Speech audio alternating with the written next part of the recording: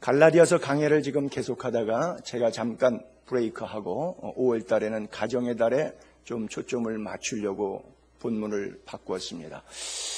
거의 모든 절기 때도 절기와 무관하게 제가 강해 설교를 쭉 이어갔는데 특별히 이 5월 달에는 의미가 조금 있을 것 같아서 하나님의 말씀으로 성서적 가정생활을 조금 고찰해 보려고 합니다.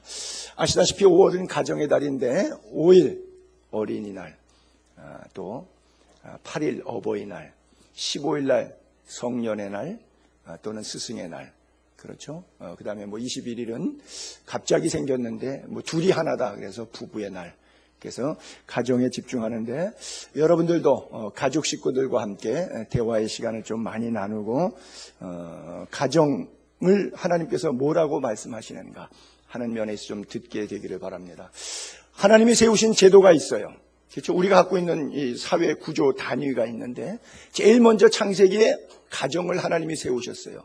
그렇잖아요. 아담과 하와 두 사람을 만드시고 하나님이 직접 주례하셨어요. 그리고 생육하고 번성하도록 주례사를 통해서 축복을 선포해 주셨어요. 그래서 가정 단위를 하나님이 만드셨어요.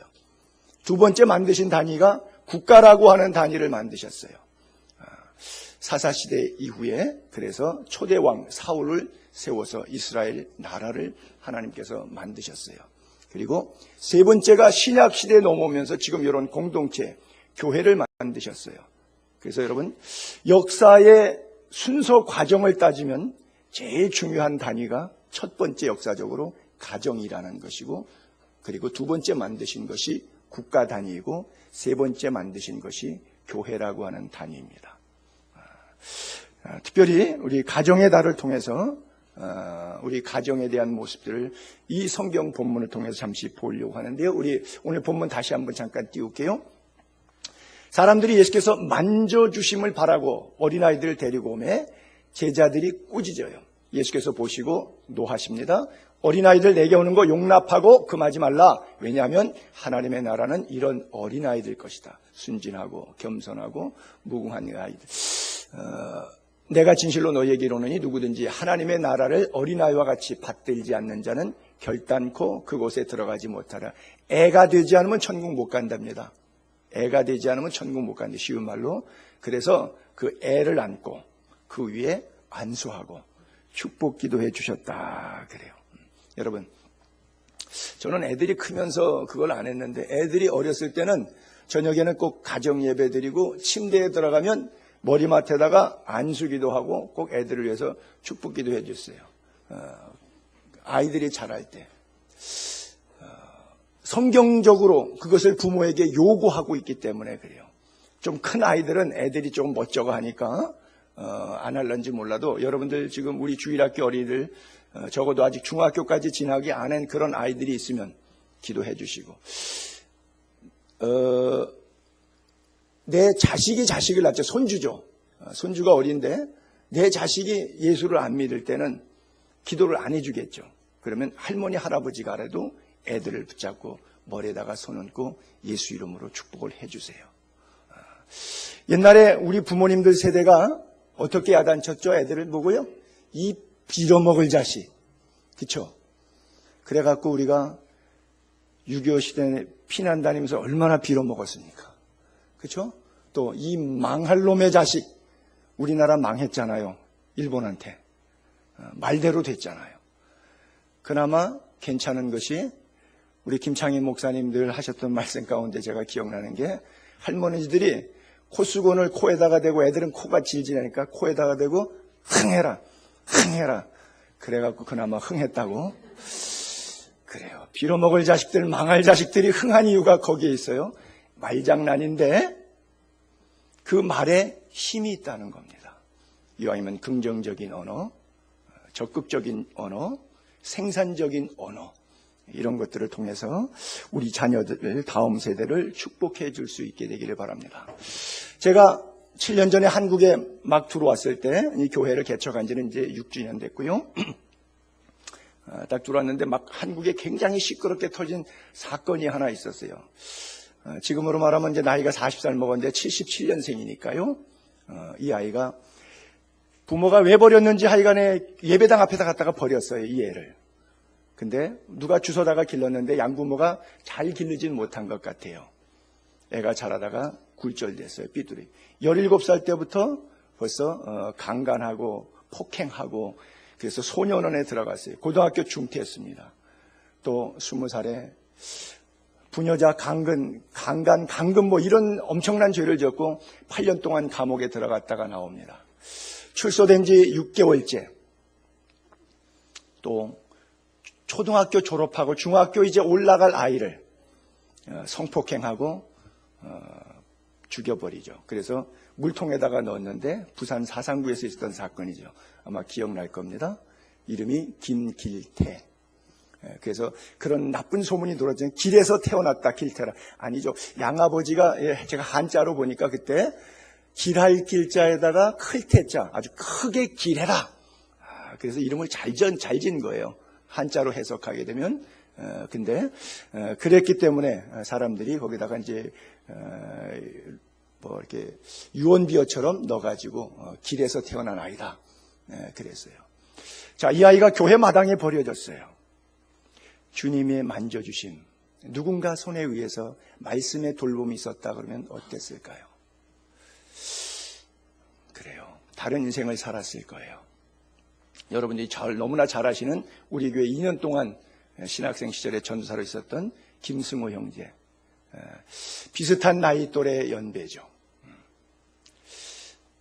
10년 동안 교도소에 3차례 갔다 오면서 거기서 주님의 만져주심을 경험하게 됩니다. 그리고 신학교 가서 제 클래스에서 수업 듣다가 우리 교회에 와서 저하고 같이 2년 동안 신앙생활했는데 여러분들이 그 형제의 상황을 너무나 잘 알아요. 성직자답지 못한 모습 때문에 본인도 힘들어했고 여러분들도 보면서 전도사가 왜 저래?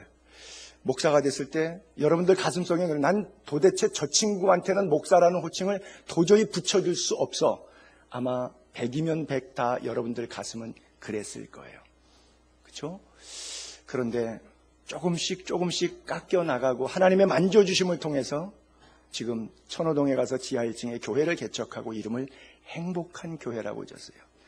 창립 예배 가서 내가 축사를 하는데 얼마나 감동이 되는지 몰라요. 그래요. 가끔 지금도 목회하면서 힘들면 찾아오고 있는데 똑같은 입장인 것 같아요. 비슷한 입장인 것 같아요. 그 친구도 17살 때 고아가 되지 않습니까? 부모가 하루아침에 죽는 바람에 그래서 하나님을 원망 저주하고 갱 속에 들어가서 그렇게 젊은 시절 20살부터 30살까지 10년을 그렇게 살아오지 않습니까? 하나님의 만져주심이 없었는데 어느 날 하나님의 만져주심을 통해서 그 인생이 하루아침에 바뀌게 되었어요. 그래요. 세계에서 제일 대통령 가운데 유명한 사람, 즉 존경받는 인물이라고 하는 것은 미국의 16대 에브라함 링컨 대통령일 것입니다. 역사가 변해도 거의 변하지 않는 아주 위대한 대통령으로 알고 있는데 그를 그렇게 만든 이유가 뭐죠? 어린 시절 가난한 농비 아들로 태어난 엄마는 9살 때 병으로 미리 먼저 죽기 때문에 가난해서 학교를 다니지 못해서 초등학교 중퇴하고 나옵니다. 초등학교 중퇴한 사람이 가난한 농부의 아들이 에브라함 링컨이 대통령이 됩니다. 왜요? 엄마의 유언 때문에. 나는 네가 100에이커의 땅을 갖는, 쉽게 말할게요. 100만 장자가 되는 것보다 이 말씀을 지키는 사람이 됐으면 좋겠다. 그 유언 한마디와 엄마가 읽던 낡은 성경책, 뻘건 줄이 쭉쭉 그어져 있는 찢어질 듯한 그 낡은 성경책 하나 남기고 죽었는데 9살 때 에브라함 링컨의 귀에 공명처럼 살아남았어요. 여러분, 아이들을 무시하지 마세요. 무슨 말이냐면 이 어려운 이야기는 8살, 9살 먹은 아이가 어떻게 이해할까? 큰 다음에 얘기해 주자 그러고 말씀 가르치는 걸 자꾸 딜레이 하는데 절대 딜레이 하지 마세요. 아이들 다 알아듣습니다. 제가 우리 막내딸 초등학교 때 학교에서 11교사 봉사일 자원자를 뽑는다 그래요. 뭐 하냐면 2달 동안 매주 일주일씩 가갖고 교사하는 건데 뭘 가르치냐? 논술을 가르쳐 주는 거를 하는 거예요. 제가 간다 그랬어요. 그래서 가서 2달 동안 매주 목요일 1시간씩 초등학교 가서 논술을 가르쳤습니다. 그때 제가 아이들에게 했던 말이 뭐냐? 따라해라. 매일 몇 시간마다. 논술은 쉽다. 논술은 쉽다. 논술은 쉽다. 계속 제가 그리스에서 있었던 소크라테스, 플라톤, 아리스토텔레스의 철학 이야기를 강의했습니다. 초등학교 3학년 애들 놓고. 근데 아이들이 다 이해했어요. 왜? 논술은 쉽다. 논술은 어렵다고 생각하고 있거든요. 쉽다 생각하고 설명을 해줬더니 아이들이 다 이해하고 있더라고요. 여러분, 왜 제가 7년 동안 중고등부 또 유초등부 전도사 시절, 젊은 시절에는 전도사 생활했죠. 신학교 졸업하고 전도사 시절에 애들 가르쳐보면 오후 예배 때 담임 목사님이 이제 부교육자들 설교시키니까 오후 예배 때 주일날 저녁 예배 때 설교하면 어른들의 눈은요 반짝반짝 빛나갖고 저를 다 쳐다보면서 귀를 쫑긋 세워서 다 경청하고 있어요. 그런데 어린이 설교하면요 옆에 애들하고 장난하고 뭐 주보 접어갖고 뭐 딱지 만들고 비행기 접고 막 장난하고 어떤 애 일어나서 뒤로 가고요 뭐 왔다 갔다 하고 막 계속 몇 번 여러분 몇 번 브레이크를 걸어야 되는지 몰라. 애들이 예배 시간에 집중을 안 하고 소란스러워서. 근데 설교 끝 무렵에 내가 한 설교 내용을 질문하면 다 대답해요. 어떻게 귓구멍이 열려서 다 들었는지 그렇게 장난하고 떠들고 안 듣는 것 같은데 다 들어요. 여러분 아이들 무섭습니다. 부부지간에 싸운 얘기, 부부지간에 빚있다고 하는 얘기, 부부지간에 누구 중어문 얘기 침대에 누워서 안 듣는 것 같이 하면서 다 듣고 나중에 그 얘기 불쑥불쑥 나옵니다. 여러분 기절초풍하시죠? 그런 경험이 전혀 없으신 것 같아요. 애들이 더 철이 들어서 말을 안 하는구만요. 그래요. 하나님의 만져주심. 나는 오늘 여러분들 특별히 하나님께서 만져주게 되기를 바랍니다. 근데 그건 좋은 일인데 자꾸 이렇게 꾸짖었다. 제자들이 꾸짖었다 그래요. 저는 저 구절에서도 잠깐 시비를 하나 걸고 넘어가고 싶은데요. 교회 안에는 다양합니다. 그렇죠? 내가 필요한 것과 그게 필요한 것, 남녀노소, 빈부, 귀천 차이에 의해서 필요성과 당위성과 느낌과 이해도가 각각 다 달라요. 근데 우리는 내가 갖고 있는 수준에서 상대를 바라보니까 이거는 가능한 거야, 이건 불가능한 거야 라고 하는 이야기를 하죠. 특별히 교회가 많이 그렇습니다. 영적 싸움이 있기 때문에 담임 목사가 계획하고 있는 일들하고 여러분들께서 계획하고 있는 일들하고 교회 안에서 충분히 상출될 때가 있어요. 그때는 가능하면 그 교회 리더십을 가진 분에게 따라주는 게 좋아요. 부부가 의견이 상충될 때가 있어요. 끝까지 대화를 하세요. 그리고는 부부 가운데 리더십을 가진 분에게 따라주는 게 좋아요. 부모와 자식지간에 차이 때문에 힘들어할 수가 있어요. 그러나 최종 의견 조율이 잘 안 될 때는 부모에게 순종해 주는 것이 더 질서상 좋아요. 왜냐하면 나중에 좋은 결과가 나오기 때문에 그래요. 그것은 제가 윤리적으로 도덕적으로 하는 얘기가 아니라 성서가 우리에게 권면하고 있는 내용이에요. 우리는 과잉 충성, 자기 열심 때문에 다양성과 상대의 필요를 보지 못합니다. 아이와 아이 부모들은 예수님 만져주기를 원하는 당위성과 필요성이 있는데 제자들은 예수님이 피곤하니까 가까이 오지 말라 밀치는 거죠. 제자들은 제자들의 입장이 있는 거고 어린아이와 그 부모들의 입장은 입장이 있는 건데 이게 둘이 부딪힙니다. 그러니까 제자들이 꾸짖어요. 바른 꾸짖음이 아니죠. 바른 책망이 아니죠. 우리가 얼마든지 교회 안에서 신앙생활하다 보면 그럴 수가 있는 것이죠. 제자들은 늘 관심이 뭐예요? 누가 크냐? 예수님이 변화산에 갈 때 보니까 베드로, 야고보, 요한만 데리고 가시더란 말이죠. 그리고 또 성전세를 내야 되는데 베드로를 보고 너 낚시하면 물고기 올라오고 근데 배 갈라봐. 거기 한 세켈이 나올 거니까 반 세켈 너하고 나하고 생전세를 내라. 저는 그 구절을 읽을 때마다 아니 예수님 그러면 다른 11명 제자들은 어떻게 하라는 거요? 어떤 의미에서 제자들은 평소에 베드로, 야고보, 요한을 데리고 다니고 뭐 이런 모습들을 보면서 어떤 편애의 느낌을 혹시 갖지 않았을까 하는 생각도 해요. 그러니까 늘 초미의 관심이 12명 가운데 누가 수제자냐, 누가 더 크냐 관심이 거기에 있었어요. 그래서 마지막에는 그들 발 다 씻어주고 섬기는 자가 큰 자다. 나는 섬기러 왔지 섬김을 받으려 온 것이 아니다. 이런 말씀으로 요한복음에 정리하시면서 하나님 나라를 가시지 않습니까? 십자가를 지시지 않습니까? 그래요. 교회에서는 절대 서로 격려만 하고 누가 누구를 꾸짖는 것은 하나님의 손에 맡기게 되기를 바랍니다. 하나님의 나라가 이런 자들의 것이라고 그래요. 마치 나아만에게 하나님의 종에게 안수기도 받으면 나을 것이라고 생각했던 어린 소녀의 전도하는 것처럼 자기 민족이 망하고 자기 부모도 살해를 당하고 자기는 고아처럼 버려져서 자기를 죽인 민족을 망하게 한 그런 적장의 집에 식모살이 와가지고 얼마나 비피한 인생을 살면서 하나님 없다고 저주하고 싶은 그런 소녀의 가슴 속에 하나님을 전도하는 마음, 그런 마음이 어디서 이 소녀에게 나올 수가 있었을 거예요. 그렇죠? 하나님의 나라는 이런 마음 속에 있다고 하는 거예요. 그래요. 다윗이 골리앗을 이길 때도 마찬가지고 요시야 왕이 8살에 왕위에 오르는데 종교개혁을 단행합니다. 24살부터 시작하죠. 왕위에 오른 지 16년 차부터 시작을 했으니까요. 자, 24살 때 8살 때부터 왕위에 올라서 하나님의 말씀을 사독제사장을 통해서 읽습니다. 그리고 말씀대로 살아야 되겠구나. 이렇게 보니까 우리나라가 전부 다 우상, 바알, 아세라 이런 게 많아. 안 되겠구나. 나이 28살 되니까 16년 통치하다 보니까 이제 노하우가 생겼어요.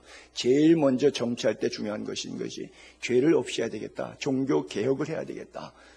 그래서 종교 개혁을 단행하고 백성들을 불러서 성전 청소시키다가 여기저기서 율법책이 나오니까 그것을 털어내고선, 그렇죠? 먼지가 뽀삭한 율법책 털어내고 그것을 백성들을 불러서 읽게 하지 않아요? 제사장이 읽을 때 백성들이 서서 울면서 우리가 여호와의 유월절을 지키지 못했다고, 영과 진리로 예비하지 못했다고, 민족이 회개해서 요시야 왕은 아름다운 왕으로 기록되지 않습니까? 8살 나이에 어떻게 그럴 수가 있을까요? 다니엘이 12살, 13살 때 포로로 붙잡혀갑니다.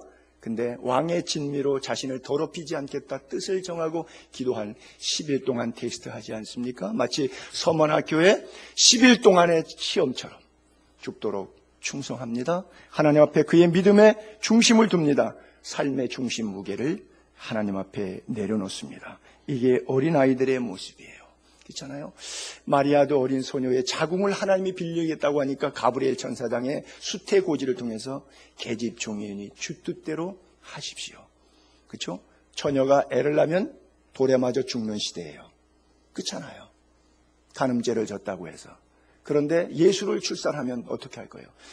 자기는 성령이 말씀하시니까 가브리엘 천사를 통해서 100% 확신이 있지만 자기를 제외한 나머지 사람들은 아무도 안 믿어줄 텐데, 그러면 순교를 당해야 되는데 순교하겠다고 하는 것이죠. 생명 걸고 주님을 영접하는 마리아의 신앙. 자기 도시락이지만 오병이어의 축사를 통해서 나타날 하나님의 영광을 위해서 기꺼이 자기의 도시락을 내려놓을 수 있었던 한 아이의 헌신. 그들이 이런 믿음의 마음이 어디서 있었을까요? 주님의 만져주신 말씀을 가까이 대할 때 임한 은혜들이 아니었을까요? 하나님께서, 예수님께서 그들을 안고 안수하시고 축복해 주셨다 그래요. 여러분, 한국에 나와 있는 책이 있는데 엘리트보다는 사람이 되어라, 이런 책이 있어요. 이건 누가 쓴 거냐면 글을 한번 올려보세요. 미국 교육부가 선정한데, 매년 선정한데 1984년도에 모범 가정이라고 선정된 사람이 고광림, 전혜성 씨 부부예요. 제가 읽을게요. 1984년 미 국무성 교육부에서 미국에서 가장 모범된 가정을 선발해서 발표했는데, 놀랍게도 그 가정은 백인 가정도 아니고 유태인 가정도 아니고 독일 가정도 아니고 우리 한국인의 가정이었다. 바로 고광림, 전혜성 박사 부부 가정이다. 고광림 박사는 하버드 대학에서 법학 박사 학위를 취득하고 서울대학의 최연소 법학 교수였으며 주미 대사를 지낸 사람이다. 그럼 미국에 정착해서 6남매를 기르며 살게 되는데 모두 예일대, 하버드대, 옥스퍼드를 졸업했다. 오바마 대통령 취임한 후 백악관의 국무부 법률 고문의 세 번째 아들 고홍주 예일 법대 학장을 지명했죠. 하버드 대학 공공보건대학원 부학장을 지냈던 장남 고경규 씨는 보건부 차관에 임명됐죠. 그래서 미국 사람들도 놀라서 그 가정의 비결을 취재하게 되었는데, 부모님의 답변은 온 가족이 매일 아침 식사 전에 함께 모여 기도하는 데 있다고 대답했다. 전 가족이 모여서 매일 기도합니다. 돌아가면서 기도하고 나중에는 부모님이 기도하고, 그래서 우리는 기도로 아침을 시작하고 기도로 하루를 마칩니다. 빌리 그리함이 그랬죠. 기도는 아침에 열쇠요, 저녁에 자물쇠라고요. 그래요. 여러 가지 이유가 있겠지만 부모는 아이를 이렇게 기르는 것이 가장 바람직한 성서적 교육이다 생각했어요. 여러분, 자녀에게 돈 남겨주고 싶습니까? 뭐 남겨주고 싶습니까? 어떤 유산 주시고 싶으십니까? 기도의 유산, 말씀의 유산을 줄 수 있게 되기를 바랍니다. 캠브리지 대학의 모건 총장의 부모님이 믿음이 참 좋은데, 이 친구는 공부 많이 하고 석학이 되다 보니까 교회 생활도 열심히 하긴 했는데 신앙이 부모 볼 때는 늘 2% 부족해요. 근데 이 모건대학 총장이 가장 자기 인생에서 충격을 느꼈다는 순간은 어떤 순간이냐면, 자기가 결혼하고 이제 분가해서 신혼살림 집을 쫙 차렸는데 자기 아버지가 그 집에 왔대요. 부모님이 이제 왔겠죠. 신혼살림 집에, 아들내미 신혼살림 집이니까 와봤겠죠. 그러더니 아버지가 그렇게 말하더래요. 이 집에 와서 분위기를 보니까 네가 하나님의 자녀인지 사탄의 자녀인지 내가 잘 모르겠다. 분위기 속에서 너는 이렇게 믿음으로 살지 못하는구나 라고 책망했다고 하는 것이죠. 그 케임브리지 모건 총장이 그때 충격을 받고 다시 신앙생활을 열심히 하기로 했다라고 하는 것이죠. 여러분, 에페소서 6장 4절을 한번 볼게요. 또 아비들아, 너희 자녀를 노엽게 하지 말고 오직 주의 교훈과 훈계로 양육하라. 너무 잘 아시는 구절이죠. 자녀를 노엽게 하지 말라. 우리는 애들 때릴 때 언제 때리죠? 내 감정 상하면 때리죠. 그렇죠?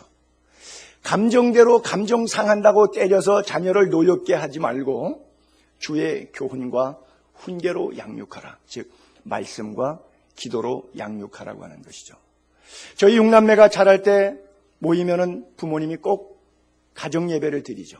돌아가면서 성경 읽고 그 성경을 나눔하고 돌아가면서 기도할 때 우리 어머님이 기도하기 시작하면 첫째부터 여섯째까지 줄줄이 계속 기도하죠.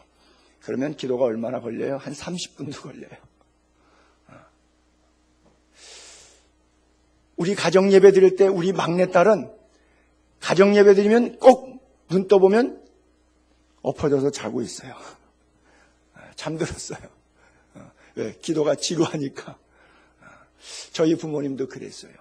그런데 내가 죄악 가운데 노출되어 있을 때마다 울면서 이름 불러가며 기도하던 어머님의 모습, 기도 소리가 고막을 쟁쟁쟁쟁쟁쟁 울려요. 내가 그것이 세상을 이길 힘이 돼요. 어떤 상황 속에서도 흔들리지 않고 말씀 붙잡고 세상과 불의와 타협하지 않고 믿음으로 살겠다고 십자가 굳게 붙잡을 수 있는 은혜의 담력이 어디서 오느냐? 어머님의 눈물의 기도에서 왔다고 저는 자평합니다. 여러분이 운 만큼 자녀들은 성공합니다. 여러분들이 방치한 만큼 죄송합니다. 자녀들은 어려운 인생길을 걷게 될 거예요. 그래요. 다른 대안이 없습니다. 여러분, 유대인들이 2000년 동안 나라가 흩어져 가지고 나라 망하고 가정 망하고 600만 명이 생명을 다 빼앗겼어요. 근데 하나 안 빼앗겼어요. 하나님의 말씀 토라 붙잡았어요. 토라 5경 가운데서 특별히 신명기 쉐마 말씀 있죠. 6장 한번 띄워볼게요. 너는 마음 다하고 뜻을 다하고 힘을 다하여 내 하나님 여호와를 사랑하라. 오늘 내가 내게 명하신 이 말씀을 너는 마음에 새겨서 내 자녀에게 부지런히 가르치며 그랬어요. 2000년 동안 나라 잃어버렸고 생명 빼앗겼는데도 그 자녀에게 여호와 하나님 사랑해야 된다고 가르쳤는데 집에 앉았을 때, 길을 갈 때든지 누웠을 때든지 일어날 때든지 말씀을 강론해 줬어요. 손목에 매어 기호를 삼고 미간에 붙였고요. 문설주와 바깥문에 기록했어요. 그래요. 유대인들은 이거 잃어버리지 않았어요. 2000년 동안 다 빼앗겼는데도 그거 하나 붙잡았어요. 그 앞절에 5절부터 신명기 6장 2절부터 한번 보면 2절 3절에 보게 되면 곧 너와 내 아들과 내 손자들이 평생 내 하나님 여호와 경외하고 내가 내게 명한 그 모든 규례 명령 지키게 하기 위한 것 내 나를 장구하게 하기 위한 것. 이스라엘아, 듣고 삼가 그것을 행하라. 그리하면 내가 복을 받고 내 조상들의 하나님 여호와께서 내게 허락하심과 같이 젖과 꿀이 흐르는 땅에서 내가 크게 번성하리라. 여러분, 인구 650만 명, 경상남북도 합친 것밖에 안 되는 땅, 그 땅이 이스라엘 사람들, 그 누가 무시합니까? 그 누가 무시해요? 아무도 무시할 수 없는 그런 나라가 어떻게 될 수 있어요? 그래요. 모든 것이 열악하지만 그들이 붙잡았던 것은 하나님의 말씀이에요. 상황을, 물질을 붙잡았던 것도 아니라 하나님의 말씀을 붙잡았던 거예요. 잠언 22장 6절에 그렇게 말씀하죠.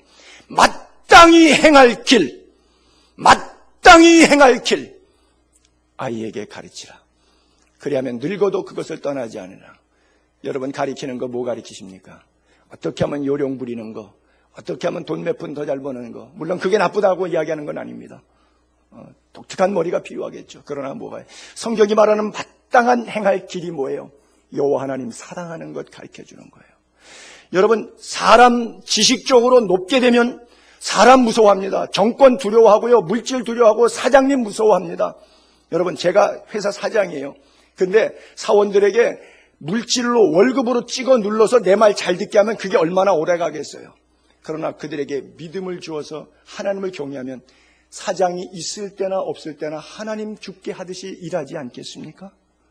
가정도, 교회도, 국가도 마찬가지예요. 마땅히 행할 길. 그래요. 저는 유럽에서 27년 살았잖아요. 식당에 외식하러 밥 먹으러 가보면 경건한 이 유럽 사람들, 미국에도 마찬가지고, 고급 레스토랑 같은 데 가게 되면 옆에 아이들 책상 끼어갖고서는 그 턱받이하고서는 1살, 2살짜리 애들이 와서 앉아있는데 부모가 안 도와줘요. 막 내가 볼 때는 이 우유가 거뜩 들어갖고 애들이 마시다가 막 쏟거나 이렇게 컵이 손으로 쳐서 떨어질 것 같은데 그냥 놔둬요. 왜? 교육을 그렇게 시키는 거예요. 교회를 갑니다. 어린이 예배가 왜 없는지, 안 들어갔는지, 일부러 안 넣는지 모르겠는데 조그만 아이들을 어른들하고 같이 앉아서 예배드리는데 1시간 얘기하는데 그 찬송가도 몰라요. 목사님 어른 설교도 몰라요. 단어도 힘들어요. 이런 유치원생 애들, 초등학생 애들이 부모 옆에 나란히 앉아서 예배드려요. 아마 여러분 외국 영화 간혹 보실 때 좀 관심 있게 한번 봐보세요. 어떤 채플에서 예배드리는 장면 같은 거 나올 때 보면요, 어른들 사이사이에 애들 박혀 있는데 어른 예배를 1시간 동안 조용히 잘 드려요. 까불면 집에 가서 매 맞으니까. 근데 교육이 됐어요. 말씀이 들어가요. 그리고 하나님 앞에 어떻게 살아야 되는지 몸으로 배우는 거예요. 아이들이 천방지축이 아니에요. 제가 아테네 한인교회 해보니까 한인교회 자녀애들 낼 때 교회에서 뭐 난리칩니다. 막 뛰어가서 발로 팍 벽을 잡아요. 그러면 흰 페인트 벽에 발자국이 탁 나요. 그 다음에가 탁 되면 자기는 더 높이 뛴다는 거죠. 누가 더 높이 뛰었나 발차기 연습을 거기다가 해요. 막 벽이, 허연 벽이 발자국 투성 애들이 나요. 그거 못하게 하면 목사님이 우리의 기 죽인다고 교회 안 나와버려요. 그렇게 기르면 어떻게 되는 줄 아십니까? 그래요. 뭐 한국과 유럽, 미국이 서양을 비교하는 것은 아닙니다만은 교육됐느냐 안 됐느냐를 비교하는 거예요. 여러분, 히브리 이스라엘 말에 율법을 토라라 그래요. 부모는 호라라고 합니다. 선생은 모라라고 하는 단어를 써요. 이것은 다 야라라고 하는 단어에서 나온 건데 그것은 가르치다, 교훈하다, 야라라고 하는 뜻에서 바로 토라, 호라, 모라 이런 단어들이 나왔어요. 그래요. 우리는 먼저 인생을 살기 시작한 부모 세대이기 때문에 마땅히 잘 가르쳐야 됩니다. 압살롬이 아주 점 하나 없이 정수부터 발끝까지 흠이 없이 빼어난 녀석입니다. 아빠가 볼 때 아들이 너무 잘나니까 행복하고 좋은 거예요. 근데 암논을 셋째 아들이 첫째 아들을 죽이지 않습니까? 죽여요. 그 술에 도망가서 3년 살고 다시 예루살렘 주변으로 와서 2년 살고 아버지가 교제권을 두지 않으니까 5년의 세월이 흐른 다음에 반역을 하죠. 9년째에. 자, 압살롬이 반역할 때까지 9년의 세월이 지나갔습니다. 9년 동안 아버지하고 커뮤니케이션이 없습니다. 중간에 한번 만났을 때 제외하고는 그냥 한번 만났어요. 예루살렘으로 환궁시켰을 때 한번 봤어요. 그리고는 아무 소리 하지 않고 9년 동안 대화 없이 지냈습니다. 결국 이 아들이 아버지의 후궁들을 백주에 취하고 그리고 최악의 폐륜 행위를 하나님 앞에서나 가정이나 부모 앞에서 범죄합니다. 다윗 왕의 아들이 그랬어요. 엘리 제사장의 두 아들 홈니와 비느하스 볼까요? 그들의 멸망당한 이유를 이렇게 기록하고 있어요. 내가 엘리의 집에 대하여, 이거 사무엘에게 하나님께서 계시하셨던 음성이에요. 내가 엘리의 집에 대하여 말한 것을 처음부터 끝까지 그날에 그에게 다 이루리라. 내가 그의 집을 영원토록 심판하겠다. 그의 말한 것은 왜 그러냐? 그가 아는 죄악, 아버지가 아들 죄 알고 있는데 가만히, 그가 아는 죄악 때문이니 이는 그가 자기 아들들이 저주를 자청하되 나쁜 짓하고 저주받을 짓하고 돌아다니는데 안 돼. 고쳐 금하지 아니하였음이니라. 그래요. 그러므로 내가 엘리의 집에 대하여는 맹세하기를 엘리 집의 죄악은 제물로나 예물로나 영원히 속죄함을 받지 못하리라 하였노라 하였더라. 이런 구절이 제가 신학적으로 설교하기 어려운 구절들입니다. 그렇죠? 무슨 죄든 다 용서받았다. 주 앞에 갖고 나가면 용서하신다 그랬는데 하나님이 어떤 경우 어떤 사람에게는 내가 너의 가정의 죄는 용서하지 않겠다. 그래서 엘리를 죽여버리고 홈니와 비느하스를 죽여버립니다. 하나님이 엄청난 저주를 그대로 심판을 집행하십니다. 속죄함을 받지 못하리라. 속죄함 받지 못했다는 얘기는 지옥으로 갔다는 얘기예요. 여러분, 제사장이 지옥 갑니다. 그 아들도 제사장에 목사 집안이고 아들도 목사예요. 그런데 목사 집안에서 다 지옥 갔어요. 하나님이 그렇게 굳이 잘못했다고 속죄하고 번제해도 고개 돌리고 안 받으시겠다는 거예요. 왜요? 자식 잘못 가르쳤다고. 그게 그렇게 큰 죄예요?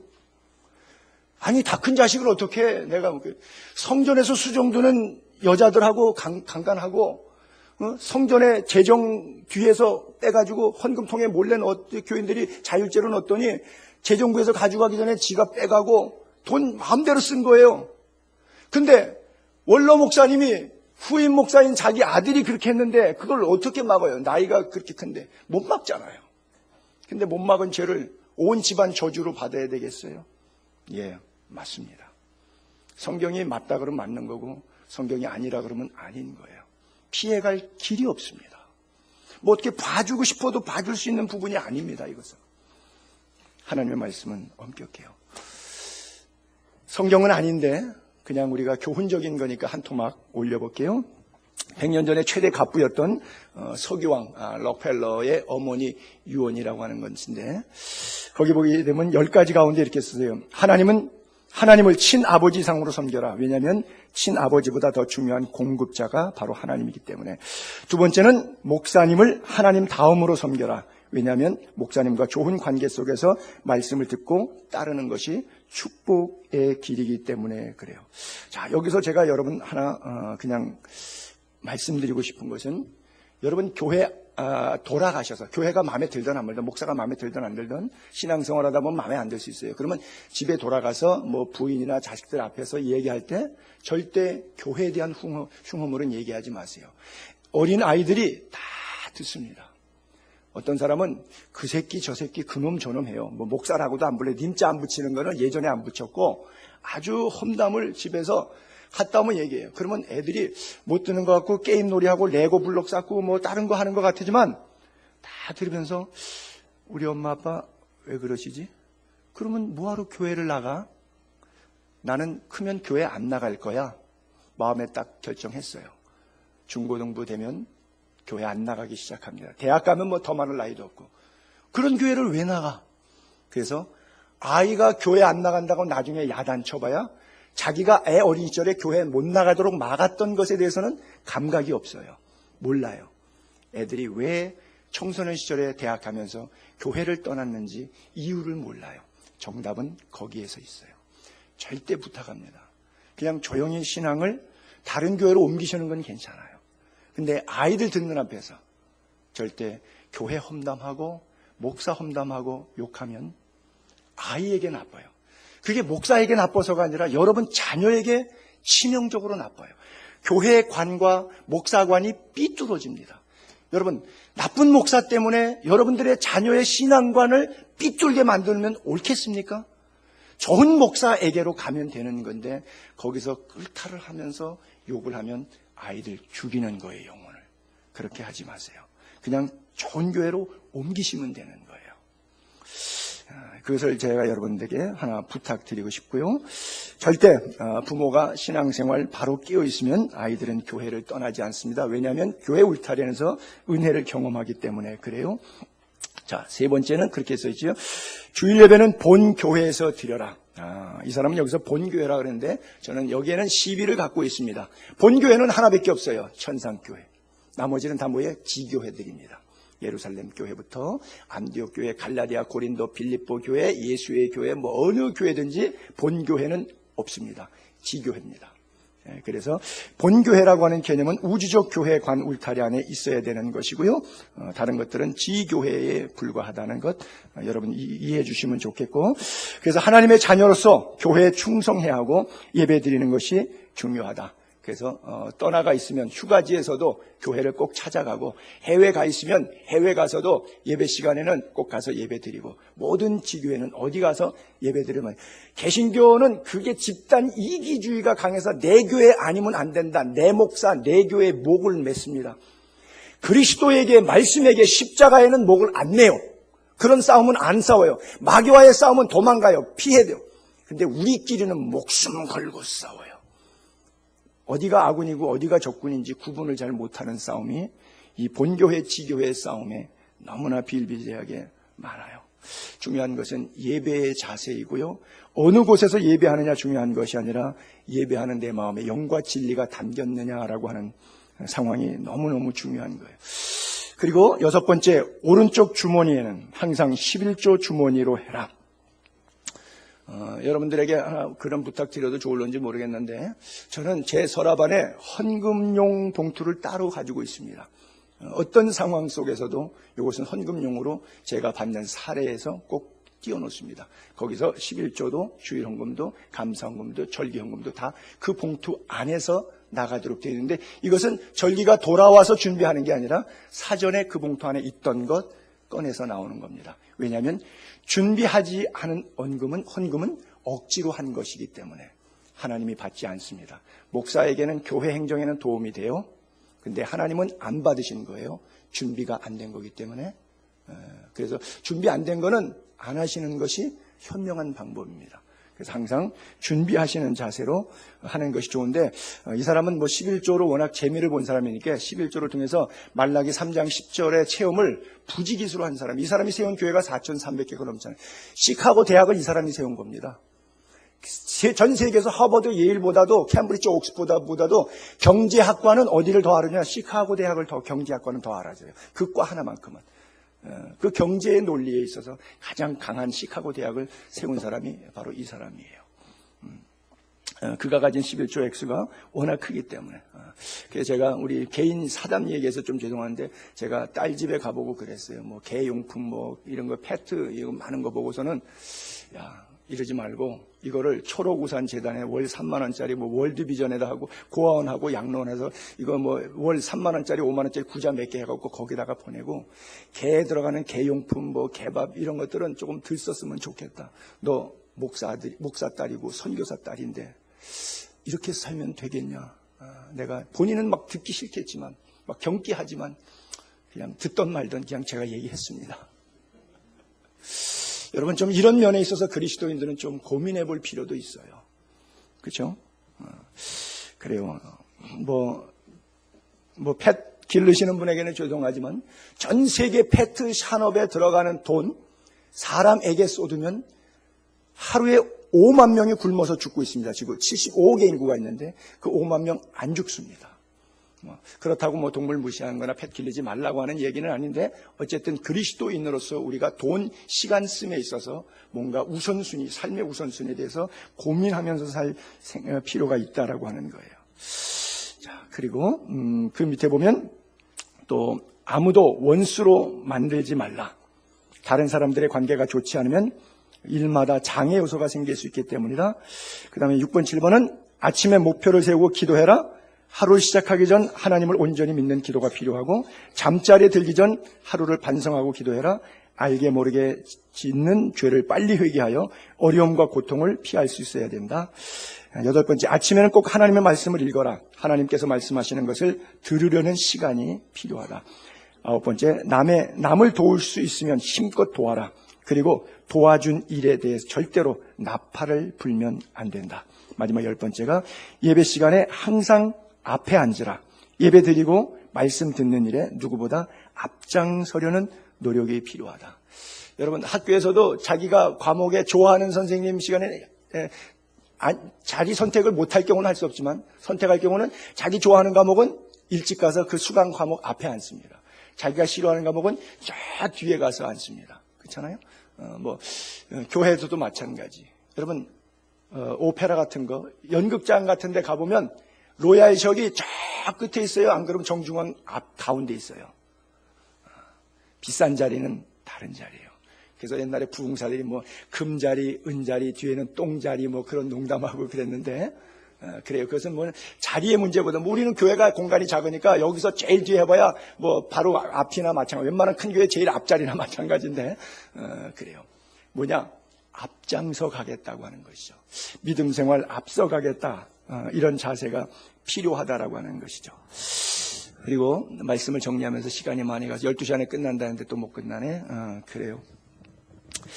한 가지만 부탁할게요. 이것도 성경은 아닌데 우리 정태기 박사님, 가정상담 박사님이 했던 건데 너무나 성서적인 느낌이 들어서 그래요. 아이들 앞에서 부부싸움 하지 말라는 거예요. 왜냐하면 아이들 앞에서 부부싸움하면 아이들이 불안 증세가 느껴서 그 불안한 마음 가지고 청소년 시절기를 이렇게 쭉 자라다 보면, 정태기 박사의 말입니다, 그 아이가 둘 중에 하나가 된대요. 하나는 감옥에 가 있거나 하나는 우울증으로 자살했거나, 둘 중에 하나가 될 거래요. 부모보다 먼저 자살했거나 안 그러면 교도소에 있을 거예요. 그러니까 애 망치려고 그러면 애 앞에서 부부싸움 신나게 하시랍니다. 부부싸움 신나게 하십시오. 그러면 애 저절로 망치게 될 거라고 아주 정태기 박사님은 아주 강변을 합니다. 그래요. 여러분, 지금까지 여러분들이 그렇게 사셨다 그러면 오늘 가정의 달 어린이 주일을 통해서 우리 가정을 어떤 가정으로 만들어야 될까? 제가 미국의 형이 목회했던 교회 2대 독자, 우리 한대영 장로님 아들 웅석이 우리 집에 18개월 동안 보내서 제가 데리고 있었는데, 걔가 12살 때 갱단에 들어가서 16살 될 때까지 4년 동안 학교를 4번 퇴학 맞고 바뀌어도 인간이 안 바뀌었어요. 왜냐? 엄마 아버지가, 장로님 권사님이 믿음이 좋아. 그런데 새벽부터 나가가지고 청가물 시장 가서 박스 해갖고서는 그 생선 시장에서 그거 배달하고, 또 그 다음에 좀 나아져서 세탁소로 바꿨는데 세탁소도 새벽 예배 끝나고 막바로 가서 문 닫고 오기까지 밤에 애를 볼 수가 없어요. 그리고 청소년 시절을 보냈는데 돈은 뭉텅뭉텅 쥐어주고, 왜? 애가 안쓰러우니까 고생하니까 별로 못 보니까 밥 사 먹으라고 돈은 뭉텅뭉텅 쥐어주고 애하고는 대화도 못하고, 엄마 아빠는 혼자 그냥 새벽 예배 나가서 둘이는 믿음 좋다고 신앙생활 잘했는데 가정교육이, 신앙교육이 전수가 안 됐어요. 그래서 총기 사건 갱단에 들어가서 애를 뽑아가지고 그리스에 보내게 된 거예요. 지금은 돌아가서 아주 잘 살고 있어요.